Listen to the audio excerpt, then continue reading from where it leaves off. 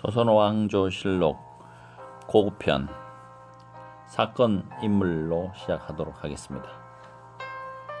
제1차 왕자의 난. 1398년 왕이 개순건을 에워싸고 일어난 왕자 간의 싸움으로 태조 이성계의 다섯째 아들 이방원이 반란을 일으켜 반대 세력을 제거하였기 때문에 방원의 난으로도 불리며, 그 밖에 방석의 난 혹은 정도전의 난, 무인정사라고도 불린다. 2차 왕자의 난이 동복, 배가 다른 형제, 배가 같은 형제 간의 싸움이라면 1차 왕자의 난은 이복, 배가 다른 부모, 어머니가 다른 형제 간의 싸움이다. 1차 왕자의 난 원인: 세자 책봉 문제와 요동 정벌 문제에 따른 오해에서 비롯되었다. 더욱이 붙여서 말하자면 태조 이방원의 관점과 정도전의 관점이 충돌해서 생긴 문제의 일환이라고 할 수 있다. 세자 책봉 문제: 태조에게 조선을 개국하기 전에 맞이한 두 명의 정처가 있었는데, 한 명은 그가 무병 장수 시절에 고향에서 맞이한 한씨이며, 다른 한 명은 군공으로 입신양면한 그가 개경에서 맞이한 강씨다. 하지만 한씨는 조선 개국 전에 이미 사망했으므로 태조는 고려조 왕비를 배출하는 최고 명문 가문이자 당대 제일 본문세가의 딸이었던 강씨 집안 배경 및 강씨의 두터운 인맥과 지모의 도움으로 개국 왕으로 등극할 수 있었다. 이에 태조는 왕으로 등극한 직후 강씨를 왕비로 책봉하여 정비로 삼았으며, 그녀의 소생인 어린 두 왕자 중에서 왕세자를 탐택하여 막내인 방석을 왕세자로 책봉하였다. 한씨가 추존 왕비가 된 것은 그로 1년 후의 일로 비록 한씨가 먼저 태조에게 출가하긴 하였으나 서열상 한씨는 차비로 불가하였다. 도우기 태조 5년 1396년 현비 강씨가 병으로 서가하자 태조는 강씨를 추모하기 위해 왕으로 추봉하는데, 이로 인하여 이미 고인이 된 한씨는 후궁으로 전락하고 말았으니 한씨 소생의 왕자들은 더 이상 분을 견디지 못한 것이다. 절비 한씨 소생으로 1남 방우, 2남 방과 정종, 3남 방의, 4남 방간, 5남 방원 태종, 6남 방연인이 있었는데, 특히 5남 이방원은 부왕의 창업을 도와 공로가 크고 또한 자질이 영매한 인물이라 부왕의 초우에 대한 불평이 대단하였다. 또한 개국 공신으로서 왕세자 이방석의 보도를 책임지고 있는 정도전 이하 남은 심효생 등이 모든 권력을 장악하고 있는데 대해서도 대단한 불만을 품고 있었다. 더군다나 세자 책봉 시 장남 방우는 멀쩡히 살아있었다. 물론 절개 개가했고 이듬해 사망한 것으로 보면 정치에 멀어 보였기에 대상에서 제외되었다라도 사남인 방가를 제쳐두고 단지 정치적인 이로 강씨의 소생을 세자로 삼은 것부터가 다른 이복 행제들은 불만이었던 것이다. 요동 정벌 준비: 뒤이어 신덕 왕과 가까운 정도전이 요동 정벌을 계획하고 사병을 혁파해 군제를 단일화하려 하자 이방원은 정도전이 자기를 치기 위해 사병을 빼앗으려 하는 것으로 받아들였다. 경과: 한양 신도의 공역이 완료된 지 2년 후인 1398년 태조 7년 음력 8월 정도전, 남은, 심효생 등이 비밀리에 모여하여 태조의 병사가 위독하다는 이유로 여러 왕자를 궁중으로 불러들인다. 이방원은 이를 정도전 등이 한씨 소생의 왕자들을 살육할 계획으로 해석하여 면회 방지한다는 명분을 세워 10월 5일 이방의, 이방원, 이방간 등 여러 왕자들을 포섭하고 이숙본, 민무구, 민무진, 조준, 하륜, 박포, 이질안 등 휘하 부하들을 시켜 군사를 일으켰다. 그 뒤 남은의 집으로 쳐들어가 정도전과 남은을 죽이고 같은 시간에 박이, 유만수, 장지와 이익은 심효생을 살해하였고, 그리고 별난의 책임을 세자와 정도전 일파에게 돌림으로써 수건을 풀었다. 또한 세자 이방석은 배위하여 기양 보내는 도중에 살해하고 이방석의 동복형 이방본도 함께 죽여버렸다.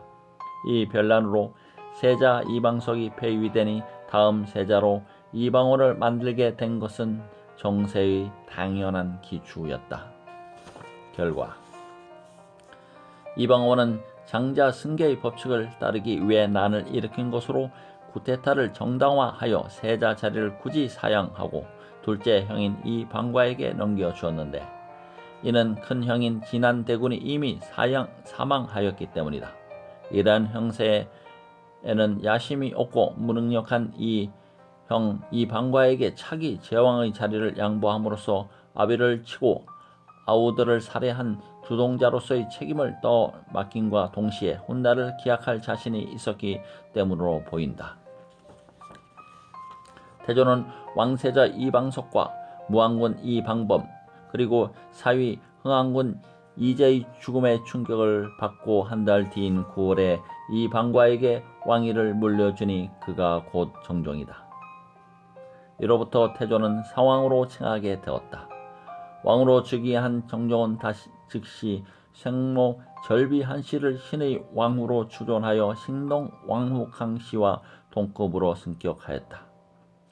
이후 제2차 왕자의 날을 거치고 정종의 뒤를 이어 즉위한 태종은 신의 왕후를 수비로 원비로 교체하여 신덕 왕후보다 위서열로 만들었으며, 이로도 성이 차지 않아 신의 왕후를 왕후보다 상급인 왕태후로 격상하였다가 신덕 왕후를 다시 현비로 조정하여 후궁으로 격을 낮추고 신덕 왕후의 소생들을 서자로 격하시킨다.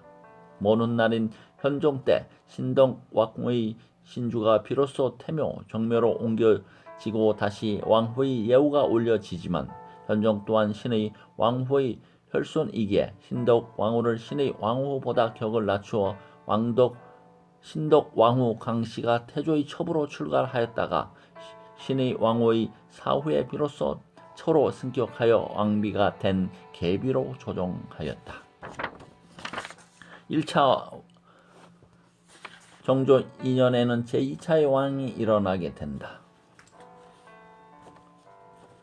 제1차 왕자의 난의 의의. 정치적으로 보면 조선의 개국 공신이자 당대 세력자였던 정도전의 일파를 왕선의 야심이었던 왕의 오남인 이방원의 일파가 직접 세력 내 쿠데타를 통해 타도하고 권력을 차지한 사건이지만, 좀 더 협의로 볼 때는 이복 형제 간의 왕위 쟁탈을 위한 골육 상쟁이었다.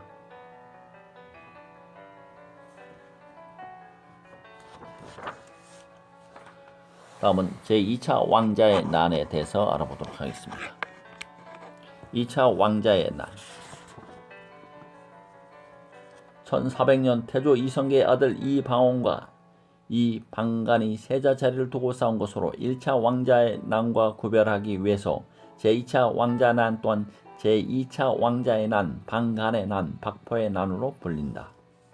원인은 1차 왕자의 난은 이방원이 왕이 되고 싶은 욕심 때문에 일어난 것이었다. 배경: 태조 이성계가 1차 왕자의 난의 충격으로 왕위를 정종에게 내주고 떠난 뒤 정종은 도읍을 다시 개경으로 옮겼다. 태조의 사남이자 이방원의 형 이방간은 왕위 계승에 대한 야심과 호기가 있었으나 인격, 공은, 위세가 방원에 미치지 못하여 항상 시기하며 의심하고 불안한 가운데 있었다.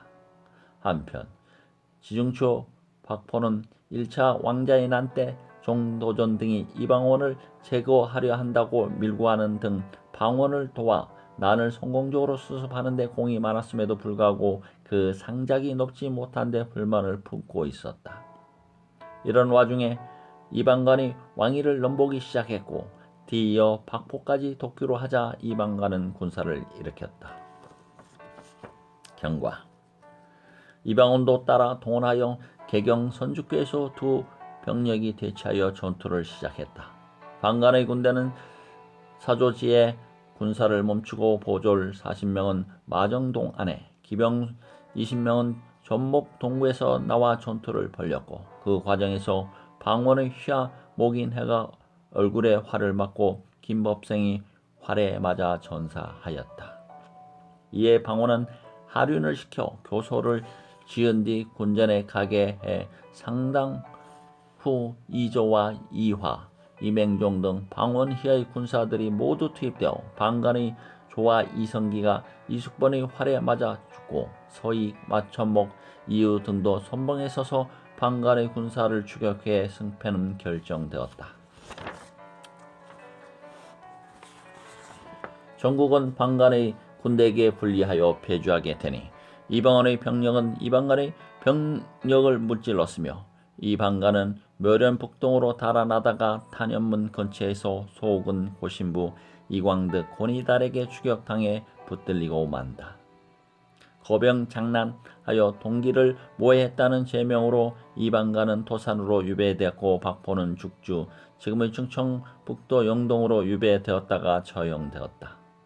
결과 2차 왕자의 난의 결과는 이 전투의 승리로 이방원은 기반을 더욱 단단히 다졌으며 아울러 이방원의 왕위 계승을 촉진한 결과를 가져왔다. 결국 정종은 하륜 등의 주청으로 상왕태조의 허락을 얻어 그해 1400년 음력 2월 이방원을 왕세자로 삼은 뒤 같은 해 음력 12월에 그에게 왕위를 넘겨주는데 그가 바로 제3대 태종이다. 2차 왕자의 난이었습니다. 사건에 대해서 알아봤고 이번에는 이와 관련된 조선 태종은 누구인가에 대해서 이방원은 누군가에 대해서 알아보도록 하겠습니다. 태종은 1367년 6월 13일에서 1422년 5월 19일 재위하였습니다. 태어났고 재위는 1400년에서부터 1418년까지 재위했습니다.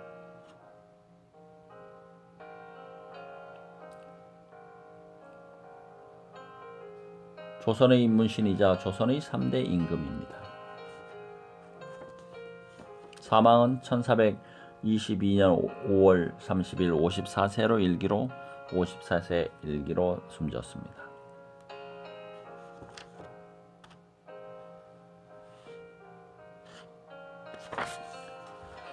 개요 성은 이 휘는 방원, 본관은 전주다. 왕자 때 작호는 정왕군, 정왕공이었다. 태종은 묘효이며 시호는 성덕, 신곤, 문무, 광요, 대왕이다. 조선 태조 이성계와 신의 왕후 한씨의 5번째 아들이며 비는 민제의 딸 원경 왕후이다. 둘째 형 정종의 재위 기간인 1398년에서 1400년까지 왕세자 신분으로 대리 청정을 하였으며 1412년에서 1413년까지 장남 왕세자가 1년간 대리 청정하였고 그 이후 1413년에서 1418년까지 친정을 다시 펼쳤으며 자신의 셋째 아들 충녕대군 세종에게 선정한 뒤 1418년에서 1422년까지 자신이 태상왕 신분으로 삼남 세종의 대리 청정을 하였다. 고려말 과거 급제 후 명나라의 사신으로 이색을 수행하였으며 이성계를 제거하려던 정몽주를 죽이고 반대파를 숙청하여 조선 창업의 깃털을 다졌다. 그러나 조선 개국 이후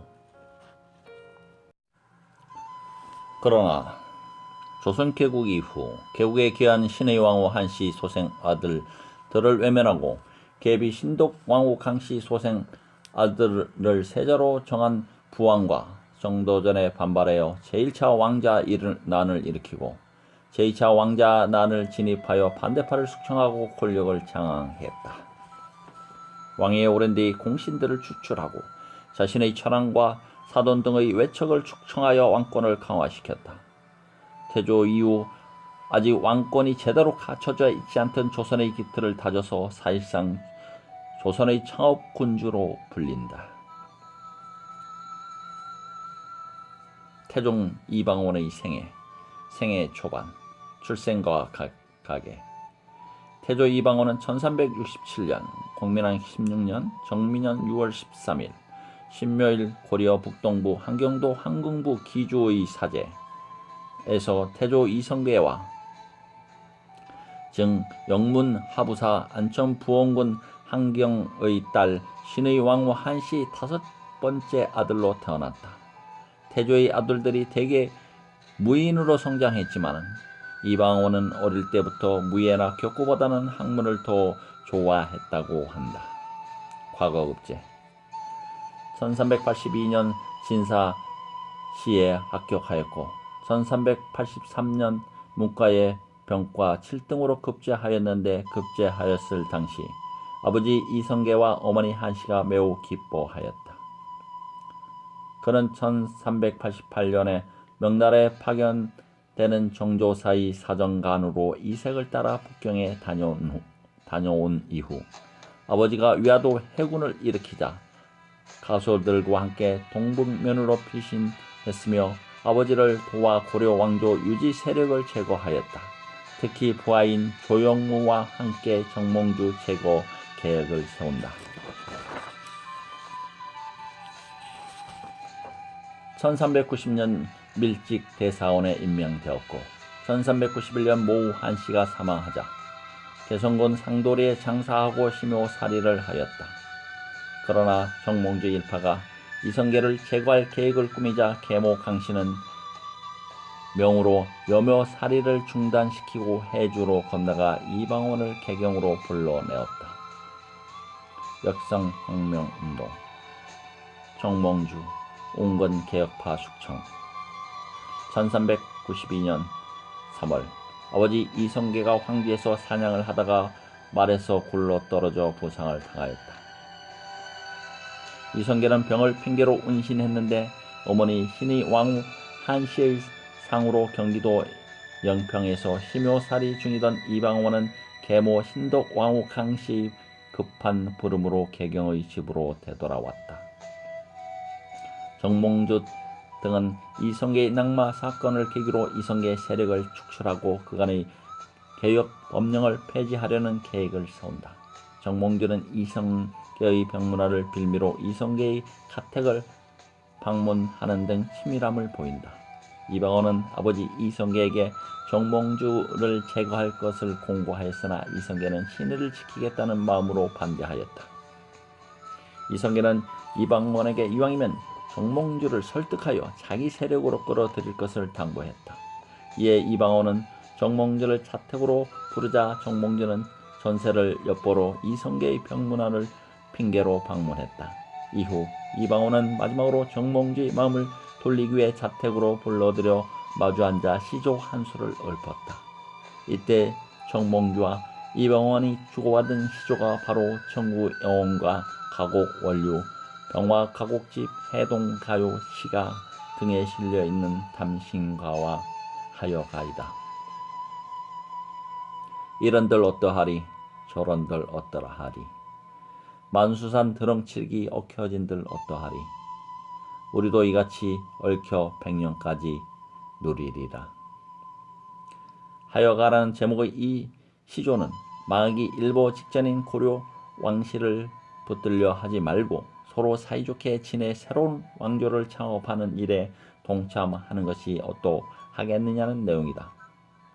시조의 자세한 내용에 대해서는 하여가 문서에 자세히 나와 있다. 정몽주는 이에 단신가로 그의 요청을 거부하였다. 이 몸이 죽고 죽어 100번 고쳐 죽어 백골이 진토되어 넋이라도 있고 없고 임향한 일편단심이야 가실 줄이 있으랴.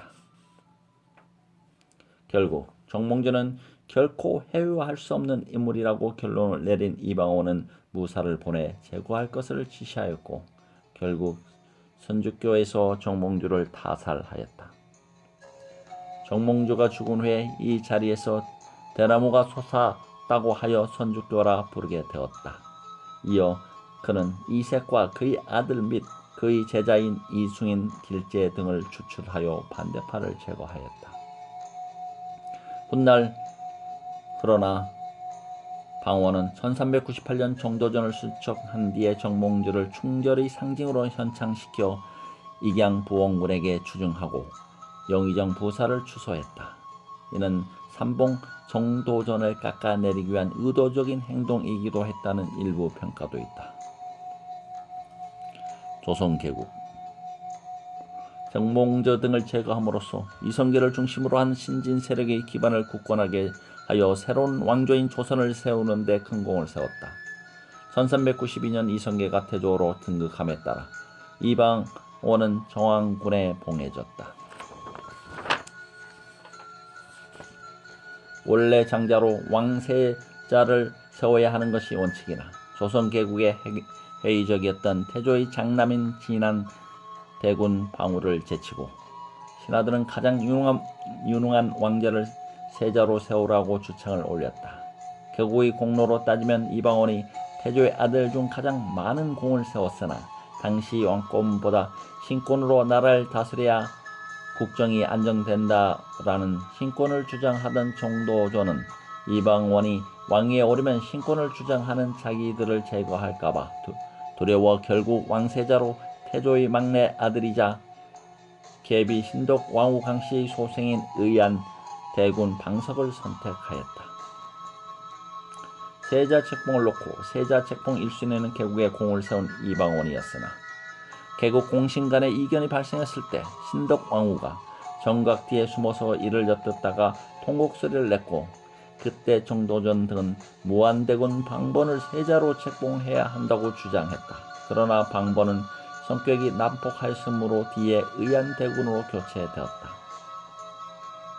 이 소식을 전해들은 방원은 힘이 불쾌할 감을 드러냈고 형제들을 찾아가 정실 부인의 자제를 두고 후실의 자제를 세자로 책봉하였다며 불만을 드러냈다. 1394년 그는 정직 몽골 관로였으며 조선의 외교관에 땐 조반 등을 따라 영경과 남경을 방문하여 주원장을 대면하였고 후에 영락제와도 만났다. 왕자의 난 정비인 신의 왕후 한씨 소생의 왕자들은 이에 크게 불만을 나타냈으며 그것은 누구보다도 조선 개국의 공이 컸던 이방원도 마찬가지였다.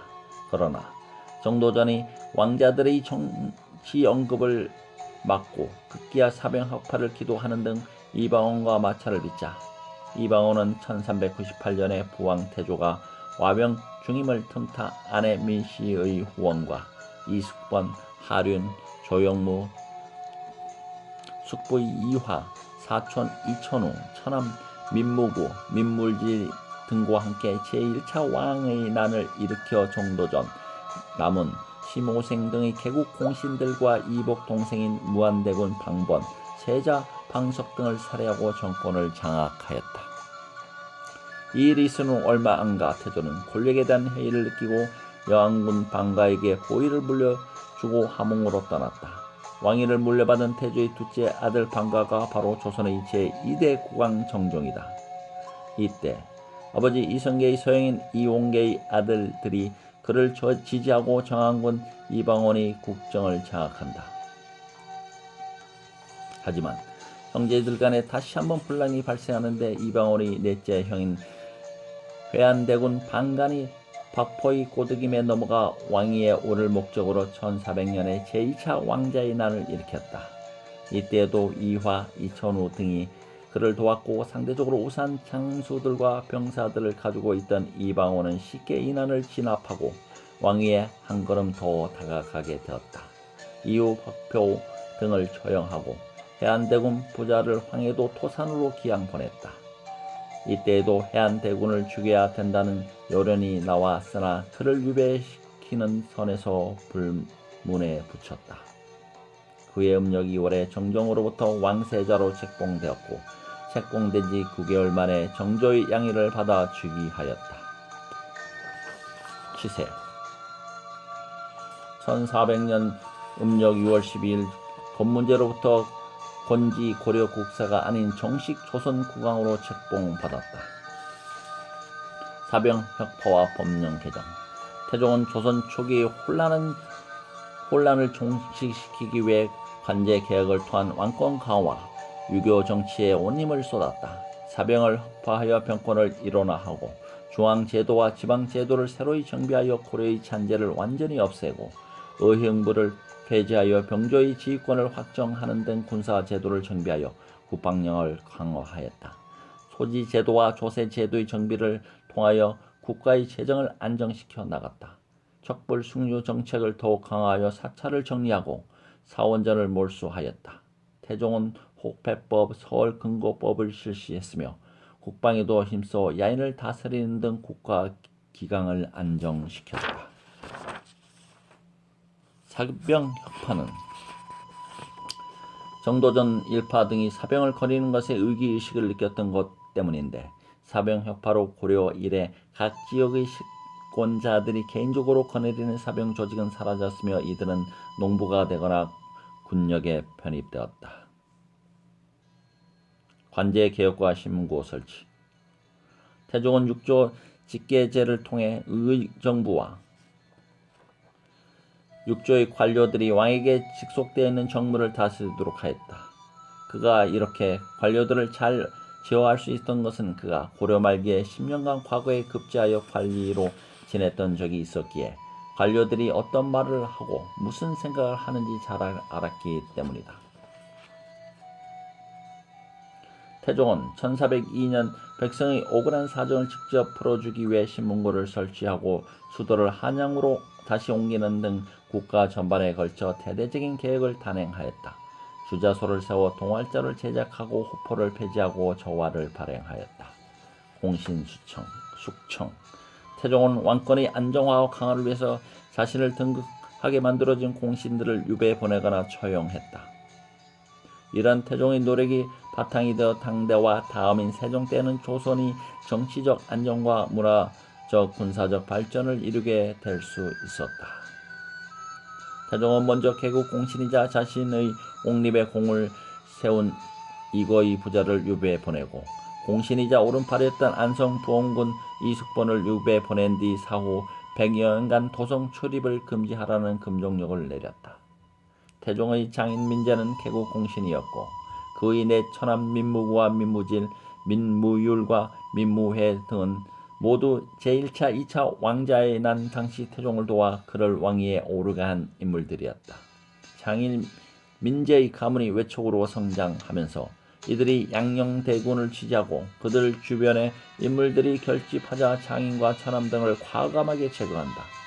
장인 민재는 곧 병사했고 장인의 죽음과 동시에 민무구와 민무질 형제를 유배했다가 사삭게 하고 이후 민무율과 민무회도 사형에 처한다.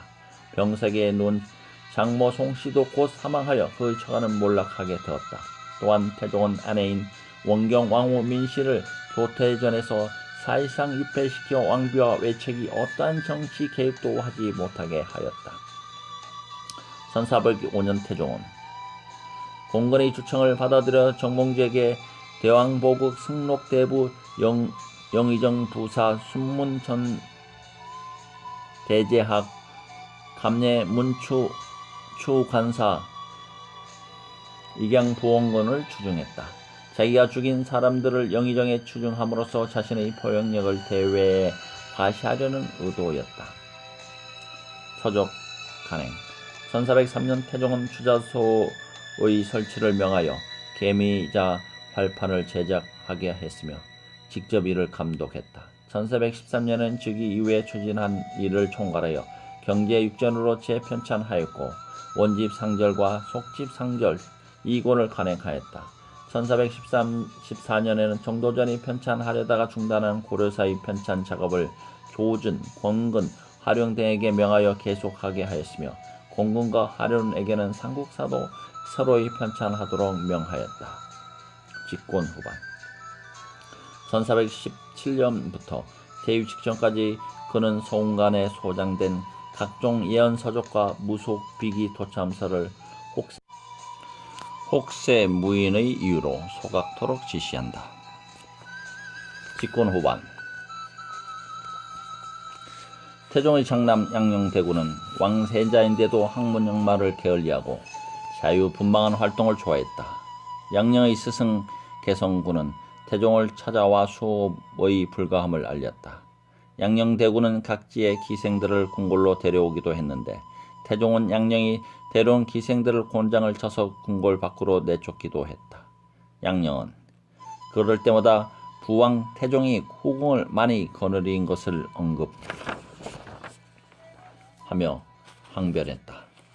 양녕대군의 폐위가 위력시되자 효령대군은 더 글공부를 열심히 한다. 그러나 양녕대군이 부왕 태종과 모후 원경왕후가 충녕대군을 염두에 두고 있음을 효령대군에게 넌지시 알려주자 실망한 효령대군은 불가에 관심을 갖다가 후일 불교에 기하게 되었다. 1418년 2월 원경왕후에게서 얻은 넷째 아들 성녕대군이 시름시름 앓다가 사망했다. 넷째 아들을 유난히 총애했던 그는 자신과 신빈 신씨에게서 낳은 서자 이인을 성녕군에 봉했다. 셋째 아들인 충녕대군은 눈병이 나고 질환에 시달려 병석에 누우면서도 책을 옆에 끼고 있었다. 태종은 명하여 충녕이 책을 못 보게 엄명을 내렸으나 충녕은 몰래 책을 숨겨놓고 병석에서도 책을 읽었다. 또한 병석에 누운 동생 성녕대군을 간호하는 모습이 태종 눈에 들기도 했다. 1418년 태종은 양녕대군이 하루 종일 방탕한 생활만 일삼는다는 이유를 들어 왕세자에서 폐위할 것을 결심한다. 아내인 원경왕후와 상의 끝에 양녕을 폐세자 하기로 하자 신하들은 찬성하였고 황희 등 소수만이 반대하였다. 6월 태종은 양녕을 왕세자에서 폐위하고 셋째 아들인 충녕대군을 왕세자로 삼았다. 이 과정에서 양녕 폐위에 반발할 가능성도 있다고 생각되는 그의 장인 김한노 역시 외주로 유배에 보냈다. 태유와 죽음 시몬 제거 태종은 1418년 8월 10일 옥새를 충녕에게 넘긴 뒤 수강궁으로 물러났다.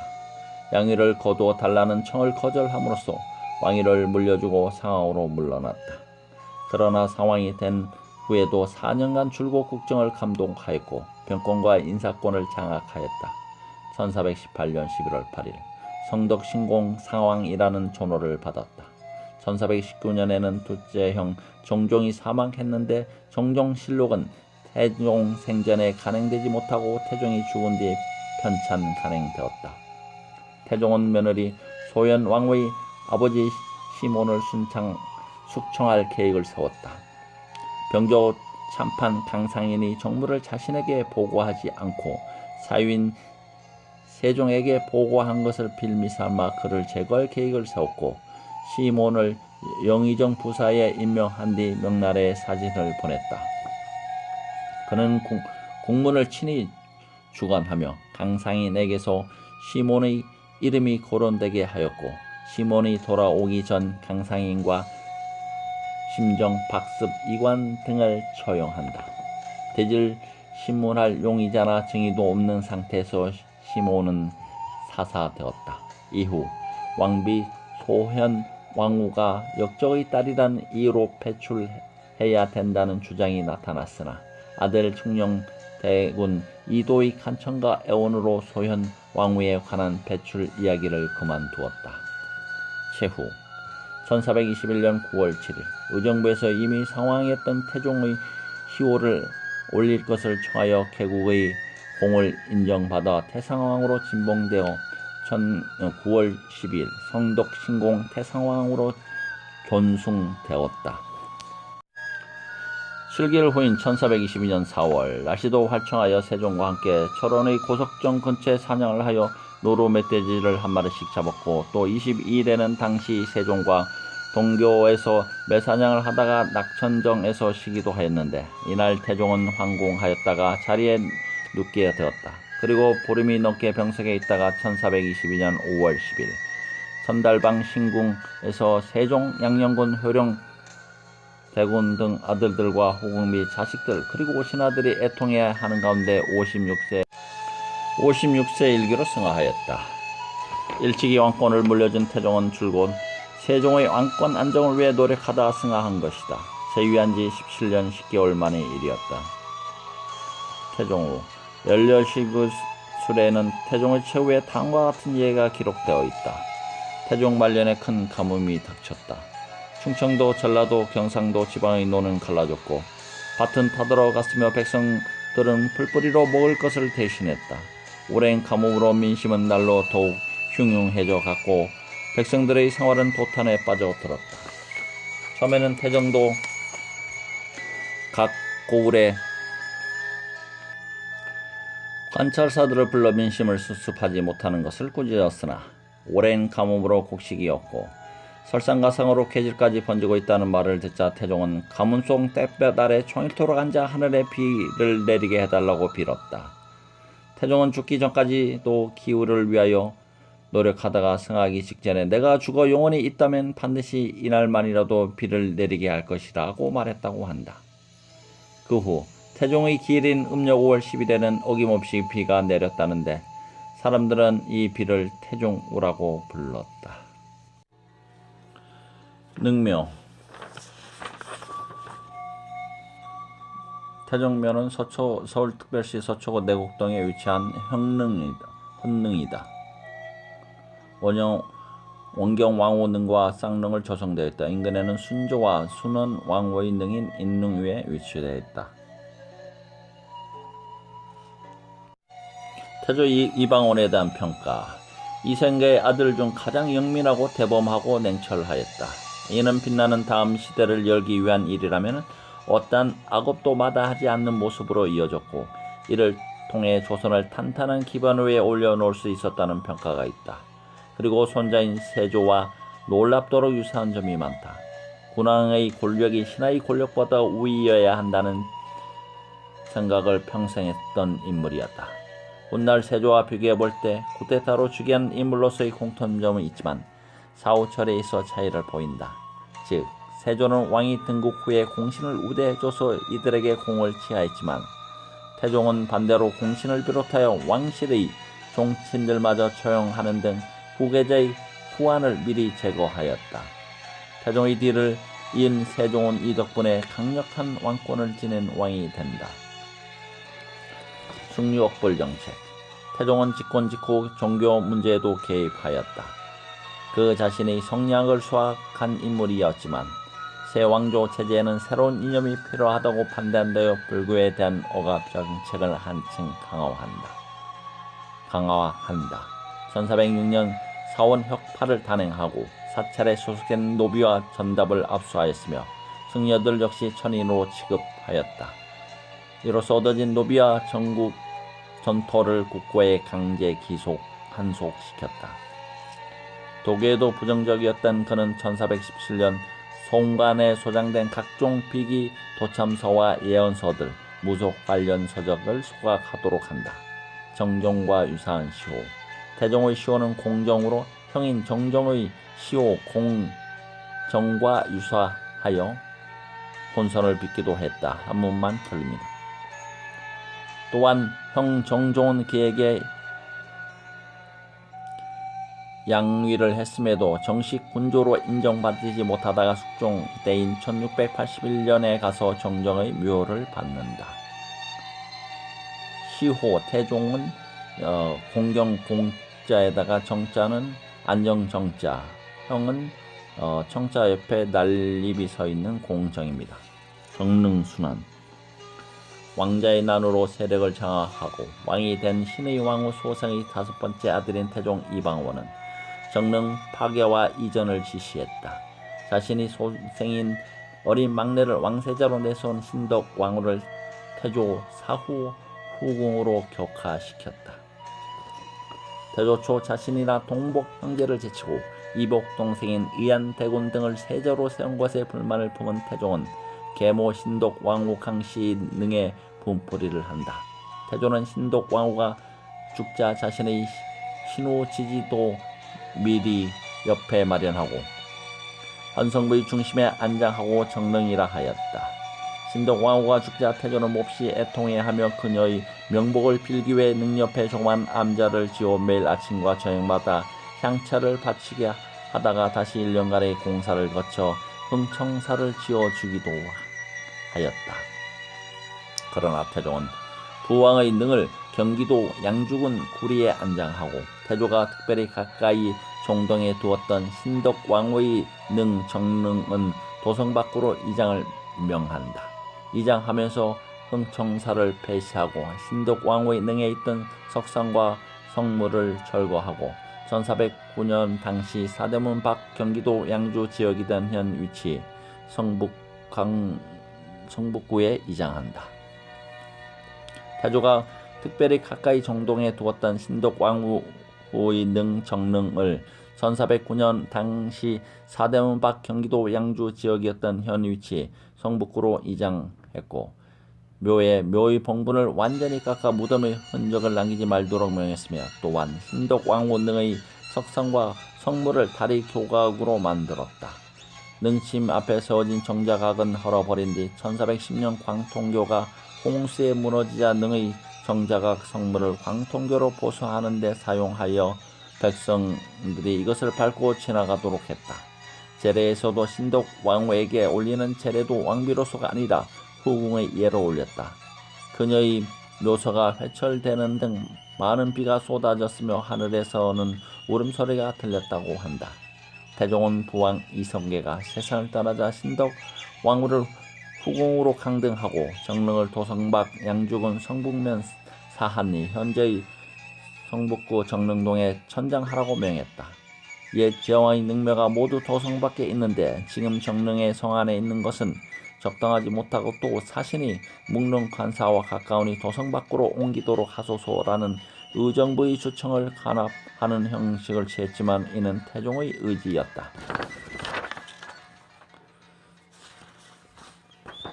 태종은 삼사와 언간들에게 비밀리에 신덕왕후의 왕릉이 도성 밖에 있는 것이 옳은가를 묻기도 했다. 파헤쳐진 정릉의 병풍성과 난간석은 홍수로 무너진 광통교 복구를 쓰였으며 목재는 태평관 건축에 사용되었다.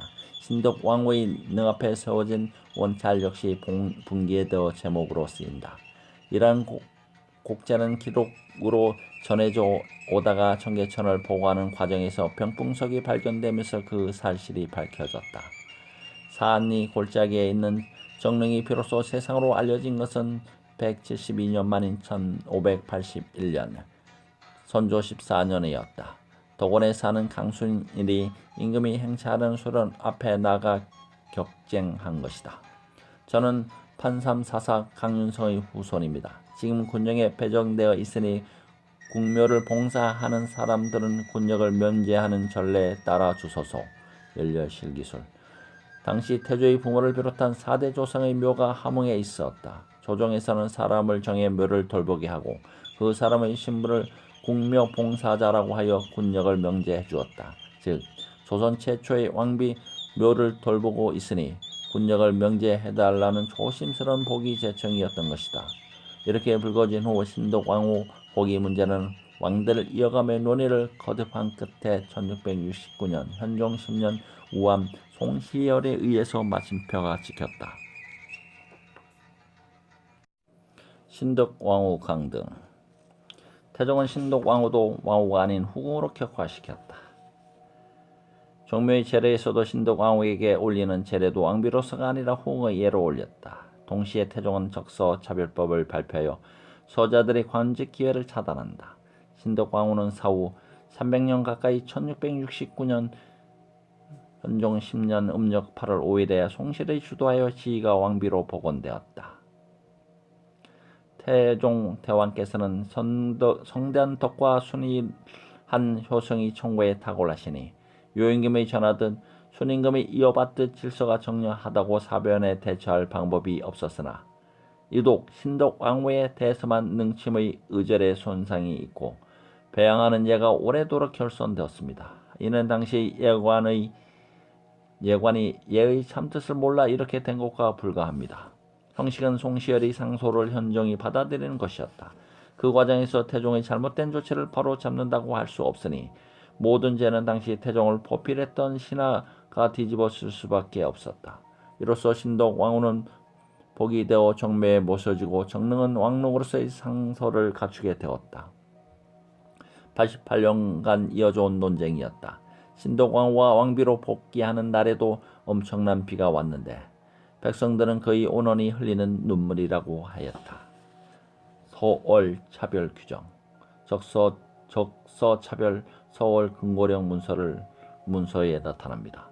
부왕 태조가 신동왕후 강씨 아들 방석을 세자로 세운 것을 불쾌히 여긴 그는 서자 및 서얼의 관직 임용 제한 규정을 만든다. 태조 이성계는 조선 초 창업에 막대한 공을 세운 방원을 비롯한 본부인 한씨의 자식을 배제하고 계비 강씨의 아들인 방석을 세자로 삼았다. 이에 방원은 불만을 품고 세자인 방석과 그의 옹호 세력인 서울 출신의 정도전 등을 힘으로 몰아냈다. 그리고 방원은 적서의 구별을 분명히 하였다라고 공언하였고 방석 형제를 서월이라고 불렀다. 방원은 둘째 형 영왕궁 방화를 왕으로 앉히면서 그 교제에 간신 정도전 등이 서월을 세워 후사를 삼아 어른과 아이의 차례를 뒤엎고 적서의 구별을 어지럽히려 하였다. 라고 쓰게 하였다. 이것이 적서를 구분지은 최초의 기록이다. 그뒤 태종은 서자들이 관직 임용 자체를 제한했는데 이때 만들어진 서자 차별 규정은 1894년까지 지속된다. 방원이 태종으로 즉위하자 적석 구분의 문제는 여러 신하들에게 활발하게 논의되었다. 그중 대표적인 것이 하륜의 주장이다.